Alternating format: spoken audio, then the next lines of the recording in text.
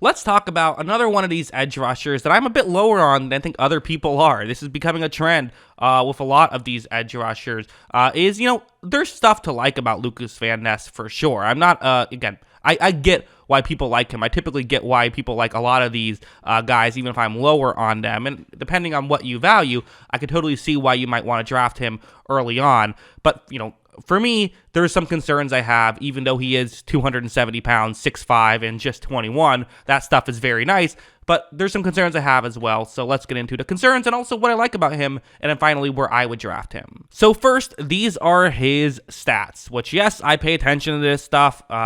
This stuff does do a great job at translating to the next level. Guys who are good at, have a good PFF grade, have good pass rush win rates, have good run stop rates, they end up being good at the NFL level. It does track. It does. So that's why I pay attention to it at the edge rusher position. Other positions, I don't care about it because it doesn't track.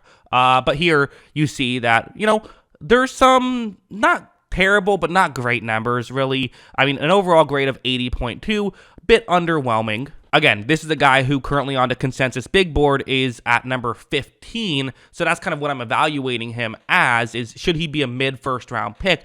I really don't think so, but again, we'll get into that in a second. The numbers, again, some top numbers. The run stop rate is just, it's bad. I mean, he was not even a league average run stopper at the NFL level, according to run stop rate, but his run defense grade, according to PFF, was actually all right. So I wouldn't pay too much attention to the run stop rate. I would look at the PFF grade more closely, and I think that I'm not too concerned about that. Pass rush grade, though, 74.3. That just, for a first-round pick, that's massively on the low side. You'd want that to be a lot higher. But again, pass rush win rate, a little bit better. So a little bit interesting how there's kind of some variance there, which maybe if you're a fan of Van Ness, you kind of will use that as a way to talk yourself into him, which I would be a bit wary of doing, but it's something you could do.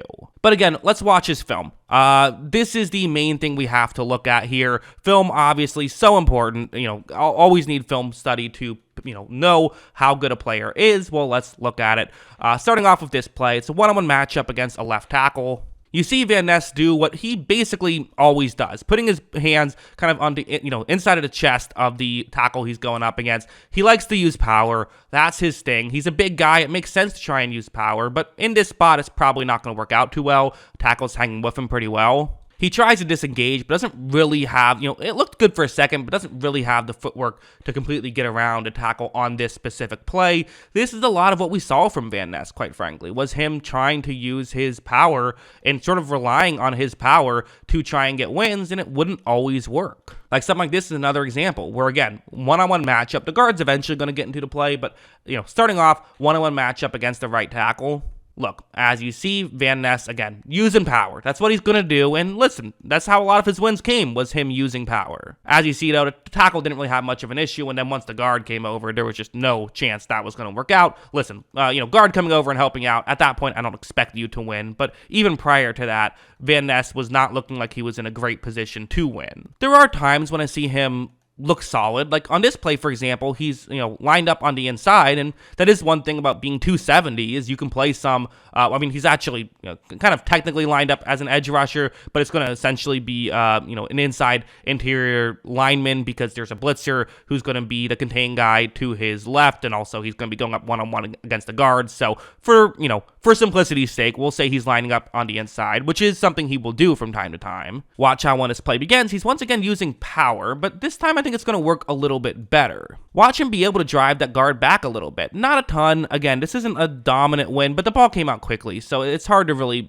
hold it against him too much. I would actually say this is a good wrap from Van Ness, and we did see this. Again, one of the things I keep saying is he relies on power too much. Well, part of why he relies on power is it is a good move. I don't think it's an amazing move, but it is a good move, his bull rush. The issue is I do think that's kind of all he has. Far more often, I saw stuff like this, where, again, on the inside here, going up one-on-one against a guard. As you see, he's once again going to try and use power, and the quarterback just ran right by him as he was not able to get much going whatsoever. This is not an ideal play. And again, I don't hate guys who rely on power. I think relying on power is fine. Having a good bull rush is the ideal edge rusher, right? Bull rushes are the best move, going straight to the quarterback, because then you don't give up containment. There's no risk of something else happening, and you don't give the quarterback many places to go. Especially in today's age of the running quarterback, getting a good bull rusher, I get why people care about that stuff so much, but there's just two main concerns I have with it. The first of which is relying on one move in general is just a concern because, for the bull rush, for example, if you just rely on the bull rush, the issue is most NFL offensive linemen are good enough at blocking you out of the way. I know he's big and strong. NFL offensive linemen are bigger and stronger, right? I mean, that's just kind of the nature of the position, is you typically weigh a little bit more. You're typically more equipped to be able to handle that kind of stuff. It doesn't work in college as well, trying to block a bull rush, because you don't have as talented of offensive linemen. So anytime you get a guy who, again, maybe you disagree with my evaluation, maybe you feel Van Ness can do more than just a bull rush, and there are instances, but for the most part, that's what I saw from him, was being a pure bull rusher. And for me personally, I feel like that's a lot of what he does, is just the bull rush, which is just such a concern for me, because when you go up against these great offensive linemen, or even bad offensive linemen at the NFL level, those are college all-stars, right? Those are guys who can still handle a bull rush for the most part. We saw with Trayvon Walker last year, a guy who has a great bull rush. When he tried it against NFL offensive linemen, it very rarely worked, except for the few times he was going up against really bad offensive linemen. And for Van Ness, it might be a situation where all he can do that against is bad offensive linemen, which if you're going up against a bad offensive lineman, I expect you to win anyways, even if, whatever move you're doing. So that's the one major concern, is just the how well will it work, given the fact that the talent level is a lot, better. The other concern I have with Van Ness is it didn't work that great in college. I mean, he wasn't winning consistently enough. Like I said, I mean, again, the pass rush grade of a 94.3, that's just not good enough. It just isn't. I mean, you have to figure out a way to get that better.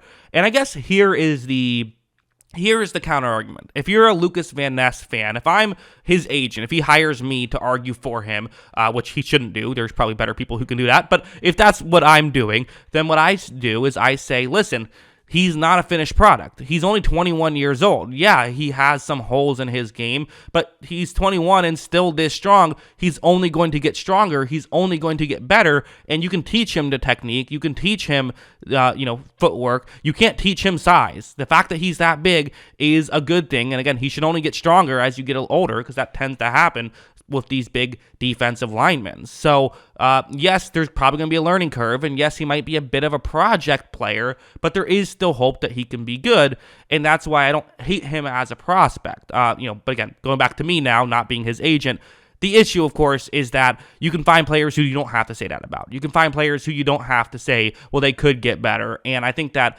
there's, usually more risk involved with a Van Ness, especially at pick 15. Again, falls to the end of the first round, okay, fine. Personally, I did not give him a first round grade. I gave him close to a first round grade, but I gave him a second round grade because of the concerns I have with him just not winning enough. Like, listen, we don't have to overthink offensive and defensive linemen that much. I mean, don't get me wrong.